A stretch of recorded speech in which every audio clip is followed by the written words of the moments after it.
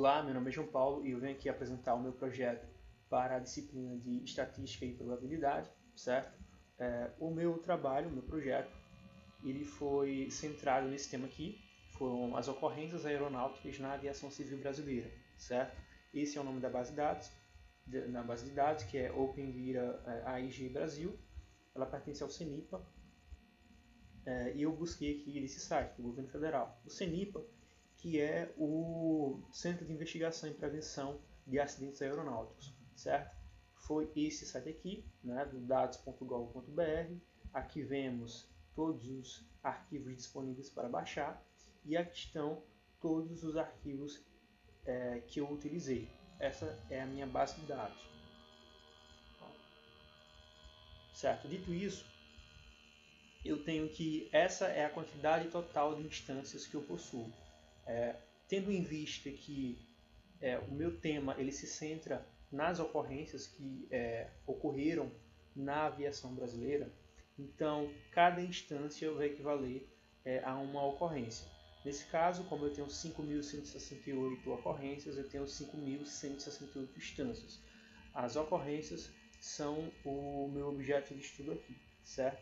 Então, tendo isso em mente, eu escolhi alguns atributos para analisar com as ferramentas da estatística. Os atributos foram a classificação dessas ocorrências. Eu posso classificar como acidente e incidente. Eu resolvi estudar o tipo de ocorrência chamado acidente, certo? Eu tenho a incidência das ocorrências por região. Como eu tenho 4 regiões, Sudeste, Sul, Centro-Oeste e Norte, eu escolhi a região Sudeste. Então, eu resolvi estudar as ocorrências ocorridas na região Sudeste. E a quantidade de motores dos aviões envolvidos nas ocorrências, eu posso fazer essa classificação em 3, como monomotor, bimotor ou trimotor. Eu escolhi os monomotores, certo? Aqui eu tenho os status das recomendações após as ocorrências. Eu tenho que, quando ocorre uma ocorrência, a aviação, né, o órgão responsável por essa fiscalização na aviação civil brasileira, ela faz algumas recomendações para as aeronaves envolvidas nessas ocorrências. Então eu tenho 4 tipos de classificação: cumprida, não cumprida, aguardando resposta ou cumprida alternativamente. Eu escolhi analisar aqui as do tipo cumprida, as ocorrências do tipo cumprida. Eu também tenho o fator que condicionou o acidente. São 2 tipos, humano e operacional. Eu escolhi pelo fator humano, estudar as ocorrências acontecidas, motivadas pelo fator humano. Por último, eu tenho o tipo de motor dos aviões envolvidos na ocorrência. Aqui eu escolhi o motor do tipo jato. Eu também teria o do turbo-hélice, turbo-eixo e turbo-eixo. Eu escolhi o tipo jato. Certo. Tendo isso em mente, eu escolhi padronizar aqui o meu tamanho amostral. Então, para todos os atributos estudados, 100 vai ser a quantidade de ocorrências que eu vou estudar por cada atributo, certo? Então, vai ser sempre 100. O tamanho da minha amostra vai ser sempre 100 para todos os atributos. Essa foi a padronização que eu fiz. Tendo isso em mente, como é que vai funcionar? Né? Como é que funciona? O que eu fiz? Eu, primeiramente, eu calculei o número de acidentes ocorridos ali, busquei na minha base de dados, verifiquei a quantidade de acidentes dentro do total de ocorrências, e essa foi a média que eu obtive, foi de 0,41 ou 41 a cada 100 ocorrências. O índice de confiança que eu escolhi foi de 95%. Tendo isso em mente, os valores escritos foram de menos 1,96 e de 1,96. Esses são os valores críticos. Então, tendo isso em mente, eu calculei o desvio padrão amostral, o erro de amostragem, e depois eu fiz o cálculo do intervalo de confiança.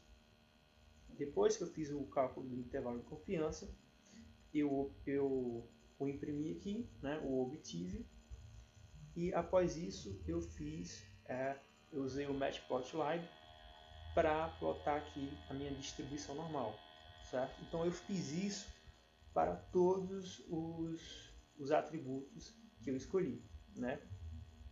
Para incidência de ocorrências por região, né? Na região sudeste, a média foi de 0,49 ou 49 a cada 100 ocorrências, o índice também 95%, com os mesmos valores críticos, né?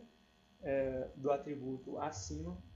Aí eu calculei o desvio padrão amostral, utilizando essa biblioteca aqui, a Statistics, que ela calcula exclusivamente justamente esse desvio padrão amostral.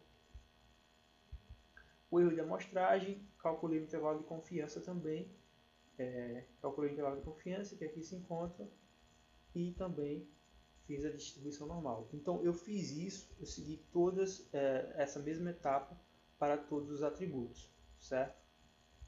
Para a quantidade de motores dos aviões envolvidos nas ocorrências, aqui eu variei, o índice de confiança não mais continua sendo 95%, né? Eu faço essa variação aqui, eu mudo aqui. Então, no status das recomendações após as ocorrências, eu escolho o índice de confiança diferente, 90%, certo?